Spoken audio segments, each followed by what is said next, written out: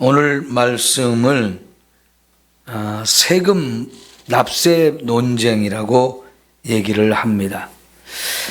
지금까지 예수님께서 바리새인들이나 대제사장, 서기관들 이런 종교 지도자들의 심각한 문제를 지적하고 회개할 수 있는 기회를 주셨죠. 그런데 지금 오늘 말씀과 또 주일날 새벽에 볼 말씀을 보면 이것은 이 사람들이 이제 예수님을 공격하는 말씀들입니다. 예수님께서 책망을 받고 잘못하고 문제가 된 부분들을 지적을 받다 보니까 회개는 하지 아니하고 오히려 예수님을 공격하는데요. 자, 우선 오늘 말씀을 보면 바리새인들이 가서 어떻게 하면 예수를 말의 올무에 걸리게 할까 상의했다 그랬습니다. 여기 상의했다는 말은요, 아주 치밀하게 계획을 하고 집요하게 공격을 할 수 있도록 준비를 했다는 뜻입니다. 그러니까 어떻게 한번 쿡 찔러보는 게 아니고요, 어떻게 하면 예수님을 말의 올무에 걸리게 해서 고발을 할 것인가 아니면 선동을 할 것이냐, 이런 것들을 아주 치밀하게 계획을 했는데요. 자, 16절에 보면 자기 제자들과 헤롯 당원들을 예수님에게 보낸 거예요. 바리새인들이요, 자기들이 예수님을 공격하기는 하지만 전면에 나서서 하는 게 아니고 뒤에서 자기들은 숨어 있고요, 자기 제자를 보냅니다. 그런데 제자들만 보는 게 아니고 헤롯 당원들과 함께 보냈다고 하는데 이게 아주 무서운 얘기입니다. 이 헤롯 당원들은 헤롯이라고 하는 왕이 유대인이 아니고 에돔 출신이에요. 에돔 출신. 유대인과 형제 나라이기는 하지만은 이방인이라고 할 수 있어요. 그런데 이방인이었던 이 헤롯이 유대인의 왕이 되고 싶어가지고 로마 황제하고 아주 친밀하게 가까이 해가지고 이 로마 황제를 통해서 이 유대인의 왕이 되어졌는데요.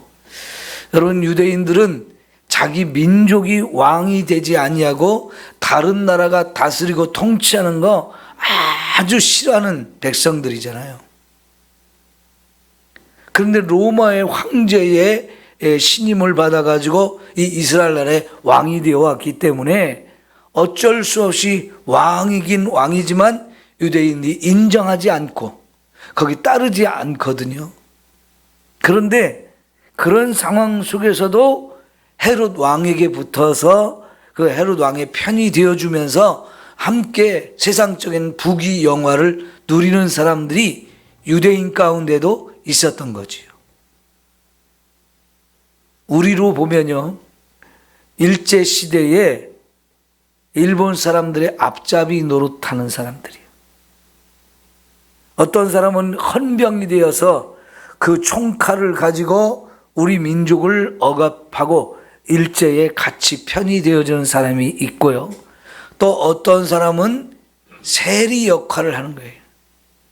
그래서 일제가 우리에게 막 이것저것 걷어들여라 하면 그 세금을 걷어들이는 일에 아주 착취하면서 우리 민족을 괴롭히는 그런 일을 하는 사람들, 그 시대에 이런 일을 하는 사람들을 우리는 매국노라고 했잖아요. 근데 로마도 이렇게 이스라엘을 식민지로 삼고 통치를 할 때에 로마의 앞잡이 노릇하는 사람들이 있었는데 그 사람들이 정치적으로 힘을 얻어서 어떤 권력을 받아가지고 자기 민족을 억압하고 착취하는 일을 하는 거예요. 또 한편으로는 세리가 또 그 역할을 했거든요. 그러니까 유대인들이 같은 유대인이지만 세리로 사는 사람들 얼마나 싫어했습니까?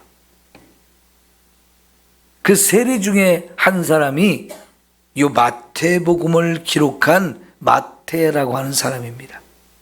원래 그 사람의 이름은 레위였어요. 레위. 여러분, 그러면 레위족 자체가 하나님을 위해서 섬기도록 구약 시대부터 특별하게 선택된 지파잖아요. 더더욱 믿음으로 살면서 성전에서 하나님의 제사 드는 일을 섬기고 봉사하는 이런 역할을 해야 되고, 말씀을 잘 배우고 말씀을 정말 열심히 연구하고, 그래서 이 말씀을 가르치는 이런 역할을 해야 되는 것이 레위 지파제예요. 그런데 이 사람이 그런 거룩한 직분 다 버리고, 그거 힘들고 나는 세리 일을 하면서 돈을 잔뜩 벌어갖고 살아야 되겠다, 이렇게 살던 사람이 요 마태복음을 기록한 레위라는 사람이잖아요. 나중에 예수님이 이 사람을 자기 제자를 불러서 세리 일 탁 버리고 이제 예수님을 따라간 제자가 되어서 결국은 이 마태복음을 기록했지만, 이 사람도 이 헤롯 땅에 속했던 사람입니다. 그러면 이 헤롯 땅은 로마에게 세금을 내는 것을 찬성하겠습니까? 반대하겠습니까? 찬성하는 입장이죠. 내야 된다고, 자꾸 내야 된다고 이렇게 얘기합니다. 그래야 자기가 헤롯 왕의 신임을 받고, 그리고 그 권력을 이용해서 백성들을 착취해서 로마에 세금 낼 것은 내고, 자기가 또 자기 배를 불리는 이런 일을 할 수 있기 때문에요, 세금을 내는 일에 적극적으로 찬성을 합니다. 그런데 이 바리새파는요, 로마에 세금 내는 거 아주 극단적으로 반대하는 사람들입니다. 왜냐하면 로마에 세금을 내자는 얘기는요, 로마가 인정한 로마 황제도 인정해야 되고, 로마가 임명한 이 헤롯 왕도 왕으로 잘 섬기는 것을 말하는 것이기 때문에 그렇습니다. 그러면 이것은 하나님만을 섬기면서 믿음으로 살려고 하던 이 사람들 입장에서는요, 하나님을 인정하지 않는 것이 되어져요. 왜 그러느냐? 로마 황제는 자기를 신이라고 가르치고, 그래서 백성들로 하여금 자기를 신으로 섬기게 했어요. 그러니까 하나님도 섬기고 로마 황제도 섬기고, 이거는 하기가 어렵잖아요.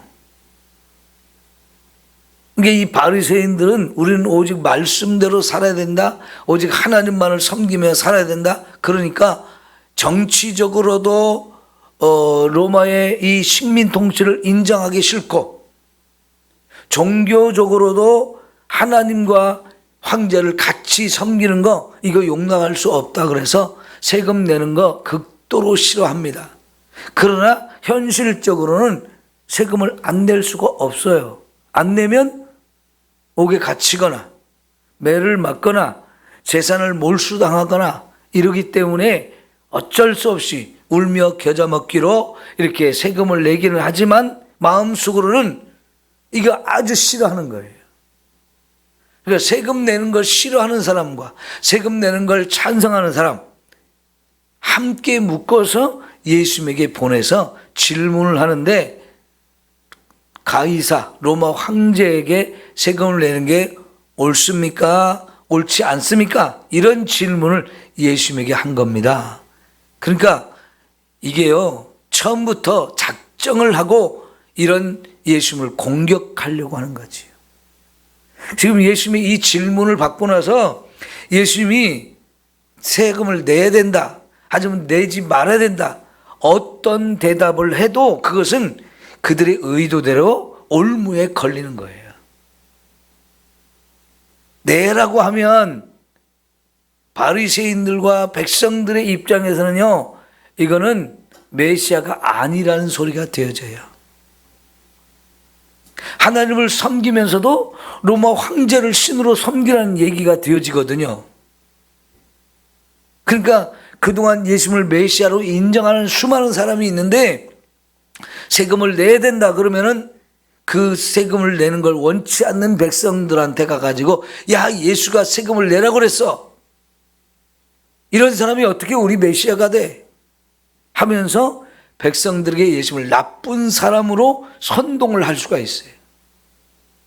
예수님 인정 못 받는 일이 되어져요. 그러니까 예수님 입장에서는 이 질문을 받았을 때 세금을 내야 된다 말할 수가 없습니다. 그런데 세금을 내지 말아야 된다 이렇게 얘기해도 이게 심각한 문제가 있어요.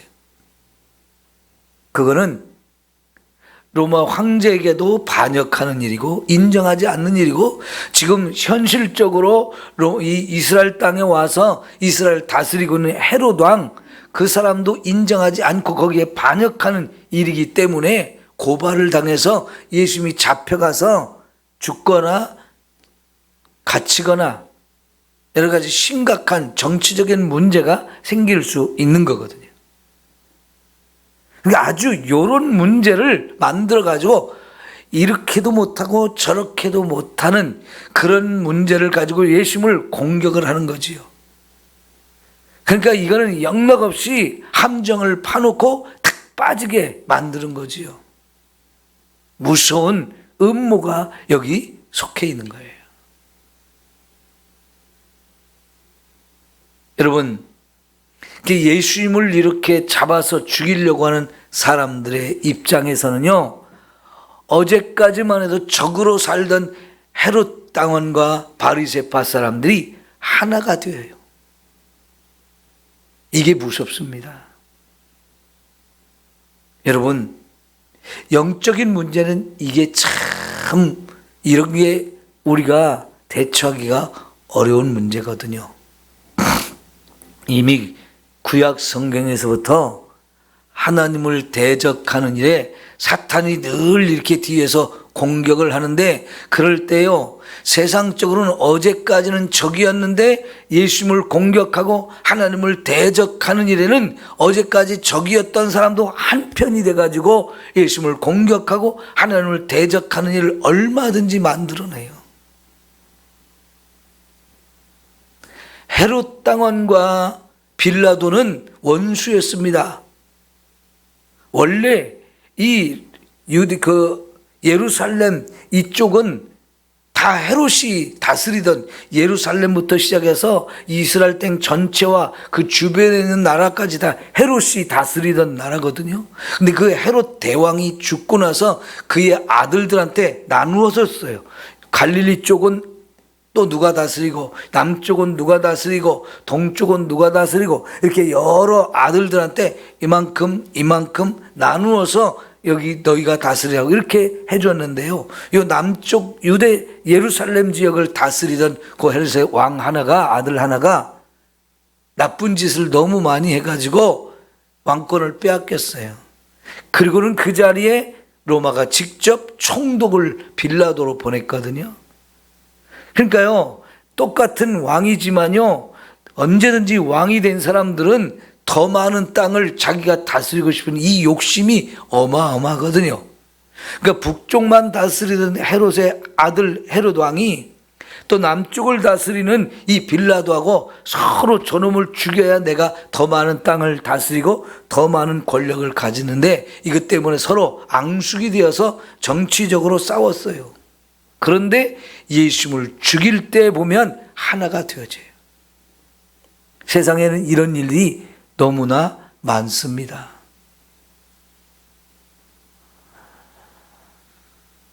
이게 저와 여러분이 신앙생활을 이 땅에 할 동안에 사탄은 수많은 방법으로 우리를 공격하는 것을 보여주는 겁니다. 그럴 때 여러분, 그걸 잘 분별할 줄 아는 눈이 우리에게 있어야 돼요. 그런 가운데에서도 우리가 믿음으로 끝까지 살 이 각오를 해야 제대로 신앙생활을 할 수 있는 겁니다. 작은 것에서부터 큰 것까지 우리 신앙생활을 방해하고 잘못된 길로 들어서게 하려고는 많은 유혹과 공격들이 세상에는 얼마든지 많아요. 예수 믿는 게 쉽지 않다는 얘기입니다. 그것을 우리는 잘 이해하고 이것을 그럼에도 불구하고 우리는 끝까지 주님을 따라가야 된다는 이런 마음을 가지고 세상의 공격을 어떻게 우리가 막아내고 어떻게 이 믿음을 지킬 것인가 항상 생각을 해야 합니다. 오늘 말씀이 어떻게 그런 것을 우리가 이겨나갈 수 있는가, 대처할 수 있는가 지혜를 주거든요. 자, 예수님은 이런 상황 속에서 어떻게 이 문제를 해결했는지 보십시오. 예수님께서는 먼저 이 사람들한테 너희들이 로마 황제에게 세금 내는 돈을 가져와라. 그게 바로 로마 사람들이 만든 이 화폐, 동그란 동전이나 은전이나 금전이에요. 금으로 만들고 은으로 만들고 동으로 만든 이런 돈이 있었는데 그 로마 사람들이 쓰는 화폐 이름이 데나리온입니다. 데나리온. 우리 많이 들었죠?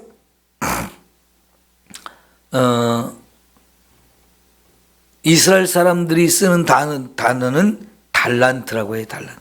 여러분, 미국 돈은 뭐라고 하죠? 달러라고 하죠. 달러. 일본 돈은 또 뭐라고 그래요? 엔화라고 하죠. 이게 나라마다 다 달라요. 우리는 원, 100원, 1000원, 만원 이게 원자를 쓰잖아요. 나라마다 돈을 의미하는 단어가 다른데 이 데나리온은 로마 사람들이 쓰는 이 동전이에요. 그런데 그 돈을 딱 예수님이 가져오라고 해서 가져오니까 거기에 누구의 형상이 있고 누구의 글이 있느냐라고 물어봤어요. 그 로마 사람들이 만든 이 돈 데나리온에는 로마 황제가 그 얼굴을 거기에 박아놨어요. 여러분, 우리 500원짜리 동전, 100원짜리였나요? 그 100원짜리 동전에 누구 얼굴이 들어있었어요? 우리나라 거. 세종대왕인가요? 이순신인가요?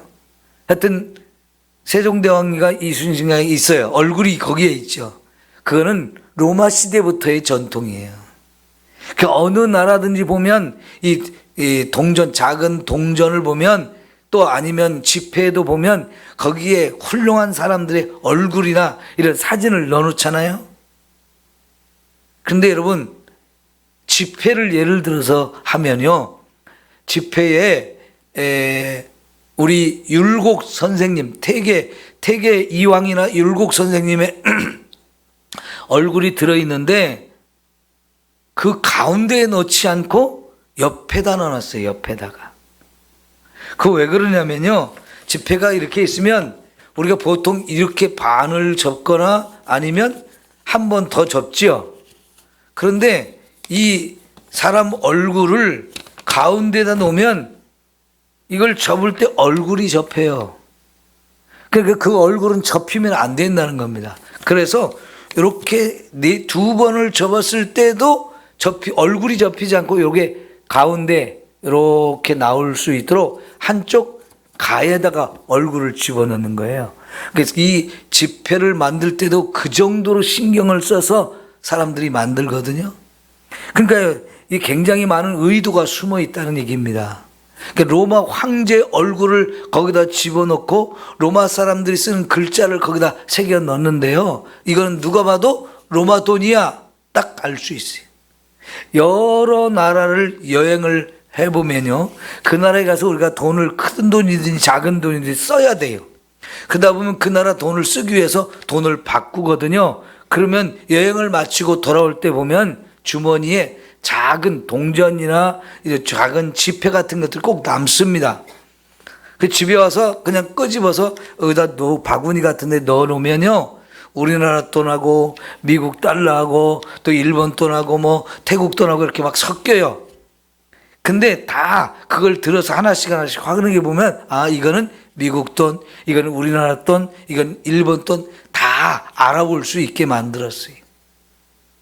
그러니까 동전 하나를 봐도 이게 로마 돈인지 이게 유대인 동전인지 이게 다 표시가 나거든요. 그러니까 예수님께서 여기 누구의 형상이 써 있고 누구의 글이 써 있냐 물어봐요. 네, 그것은 가이사의 것입니다. 그러니까 예수님이 그래, 그러면 이거는 가이사에게 바치고 하나님의 것은 하나님에게 바쳐라, 이렇게 말하니까요, 이 바리새인이 공격을 하려고 했던 것을 예수님이 기가 막히게 탁 막아낸 거예요. 세금을 내라. 그러면 내지 말라고 하는 사람들한테는 심각한 문제가 되거든요. 내지 마라 그러면 내자고 하는 사람들한테도 심각한 문제가 되는데요. 가이사의 것은 가이사에게 바치고 하나님의 것은 하나님께 바치라 그러니까요. 어떤 누구한테도 공격받을 일이 없는 거예요. 이게 뭡니까? 지혜입니다. 지혜. 여러분, 우리가 하나님을 믿을 때 하나님은 이런 지혜를 우리에게 얼마든지 주신다라고 말씀을 하십니다. 그러니까 야고보서 1장에 보면 너희 가운데 지혜가 없거든 후히 주시고 꾸짖지 아니하시는 하나님께 그 지혜를 달라고 구하라 그랬어요. 그러면 하나님은 후하게 해주시고 왜 이런 걸 구하느냐고 그렇게 책망하면서 꾸짖지 않으신다는 거예요. 여러분, 이런 때 정말 지혜가 필요하잖아요. 우리가 곤란하고 힘들고 어려울 때, 마귀에게 이렇게 공격을 당하고 시험을 당할 때, 그때 하나님은 얼마든지 저와 여러분에게 지혜를 주십니다. 그 지혜를 구하세요. 그런데 어떤 사람들은요, 마귀가 주는 생각에 사로잡히는 사람이 있어요. 마귀도 얼마든지 저와 여러분에게 악한 생각들을 집어넣습니다. 대표적으로 가룟 유다가 그렇잖아요. 예수님을 팔려고 하는 생각을 마귀가 가룟 유다의 마음속에 집어넣었다고 그랬어요. 그것이 좋은 생각인 줄 알고 가룟 유다는 그 생각에 사로잡혀서 결국은 예수님을 팔아먹잖아요. 마귀도 우리에게 이런 악한 생각을 집어넣어가지고 저와 여러분을 하여금 해서는 안 되는 일, 악한 일을 자꾸 하게 만들어요. 그거를 우리는 물리쳐야 돼요. 그거 대신 하나님 내게 지혜를 주세요, 말씀을 주세요 하면서 우리가 하나님께 구할 때 하나님은 우리가 생각지도 못했던 놀라운 지혜를 얼마든지 주셔서 이런 마귀의 전술, 마귀의 공격 이런 것들을 다 물리칠 수 있고 이길 수 있는 은혜를 우리에게 주십니다. 마태복음 10장에 보면 우리가 전도하러 갈 때 할 말을 성령께서 주신다고 하셨죠. 전도하다 보면 상황 우리가 말문이 막힐 때가 많아요. 사람들이 이렇게 우리가 전도하는 걸 듣고 한마디씩 툭툭 던지는데 그것이 우리를 힘들게 하는 상황들이 많이 옵니다. 내가 저런 말을 들을 때 무슨 말을 해야지? 갑자기 생각이 안 떠올라가지고 당황하게 돼요. 그런데요, 그럴 때마다 성령께서 저와 여러분에게 얼마든지 할 말을 주신다라고 말씀을 하시거든요. 이게 지혜를 주신다는 뜻이에요. 하나님이 그런 은혜를 주심으로 우리에게 이 모든 걸 이길 수 있게 하시는 분인데요. 여러분, 하나님께 지혜를 구하시고 믿음 생활 잘 하실 수 있기를 축원합니다. 필요한 거예요, 이게. 그리고 우리가 정말 예수님 말씀하신 대로 가이사에게 것은 가이사에게, 그리고 하나님의 것은 하나님에게 드릴 수 있는, 이게 진짜 믿음이고 이게 지혜예요. 여러분, 세상의 모든 나라, 모든 권세 누가 세운다고 그랬어요? 하나님이 세운다 그랬습니다. 그러면 여러분, 지금 우리가 이 대한민국이라고 하는 이 나라에서 사는데 감사한 일이에요, 감사하지 않은 일이에요? 물론 때로는요, 감사하지 않을 때도 있어요. 아마 우리가 태어났던 시대에는 우리가 미국에 안 태어난 게 참 너무 마음이 아팠을 거예요. 부러웠을 거예요. 일본이 부러웠고 미국이 부러웠어요. 왜 우리는 하필이면 이 조그만 나라 대한민국이라는 나라에 태어났을까? 좀 잘 사는 나라에 태어나지. 그런 생각이 들었을 거예요. 그러나 이제는 우리나라가 이만큼 잘 사는 나라가 되어지니까요, 야, 내가 이 나라에 태어난 게 얼마나 감사한지 그런 생각이 들지요. 여러분, 어느 나라에 태어나느냐 우리가 선택은 못하지만 여러분, 우린 그 나라의 백성으로서의 의무를 하면서 살아야 돼요. 군대도 가야 되고요, 공부도 해야 되고 열심히 일해서 그 세금도 내야 되고요. 이게 다 우리의 의무죠. 그러니까 우리는 한 나라의 백성으로서 살면서 나라의 왕도 인정하고 또 그렇게 백성의 여러 가지 의무를 감당해야 돼요. 동시에 우리는 하나님을 믿는 사람으로서 하나님을 섬기는 이 믿음을 가지고 살아야 하는 거죠. 그러니까 하나님 앞에서도 의무가 있잖아요. 안식일을 지키고 11조를 드리고 전도하고 이런 것들이 다 이제 하나님 백성으로서의 의무란 말이죠. 하나님 믿지 않는 사람이라면 국가에 대한 의무만 하면 돼요. 그러나 우리는 하나님도 믿고 국가도 소중하기 때문에 국가의 의무도 해야 되고 하나님께 의무도 해야 되기 때문에 하나님을 믿는 사람들이 세상 사는 게 더 바쁘고 힘들고 어려울 수 있어요. 그럼에도 불구하고 둘 다를 해야죠. 그러나 여러분, 우리가 국가의 혜택을 받듯이 하나님께서 하나님 앞에 우리가 믿음을 제대로 지키며 살다 보면 하나님의 더 큰 은혜와 사랑과 축복을 주시는 거지요. 그지요? 그래서 우리가 하나님을 섬기고 믿는 거지요. 여러분, 우리가 믿음을 따라 살려고 하면 이렇게 많은 어려움이 있지만 그 어려움을 이기고 믿음으로 살려고 더 우리가 힘쓰고 애쓰면 하나님은 더 어마어마한 사랑과 은혜와 축복을 우리에게 주십니다. 그런 은혜를 누리며 살기 때문에 우리가 하나님을 믿는 거지요. 그리고요, 세상 나라는 영원하지 않습니다. 아무리 한 나라의 대통령이 돼도 하루아침에 그냥 그게 다 박탈당하잖아요. 그런 권세라는 것은 다 때가 지나면 내려놔야 되는 거예요. 그래도 그거 대통령 되겠다고 하는 사람들이 얼마나 많습니까? 그리고 또 그 사람을 대통령으로 세우고 거기 붙어서 권력을 나누어 먹으려고 하는 사람들이 또 얼마나 혈안이 돼가지고 날뛰고 있어요. 그러나 그거는 다 끝납니다. 다 내려놔야 돼요. 근데 우리는 하나님 나라는 영원한 거잖아요. 그 영원한 하나님 나라의 백성으로서 하나님의 통치를 받고 하나님의 축복을 받으며 산다는 거 얼마나 크고 놀라운 일인지요. 그래서 여러분, 우리는 하나님 앞에 믿음으로 사는 것이 최고의 은혜요 최고의 축복인 줄 믿습니다. 예수님께서는요, 저와 여러분에게 이 하나님 나라의 복과 은혜를 주시려고 이렇게 우리를 사랑하시고 은혜를 주시는 줄 믿습니다. 우리를 구원해 주시고 영생의 길, 천국의 길로 우리를 인도하시려고 이 땅에 오신 줄 믿습니다. 이 믿음을 가지고 사는 것, 그래서 최고의 은혜요 축복입니다. 기도합시다.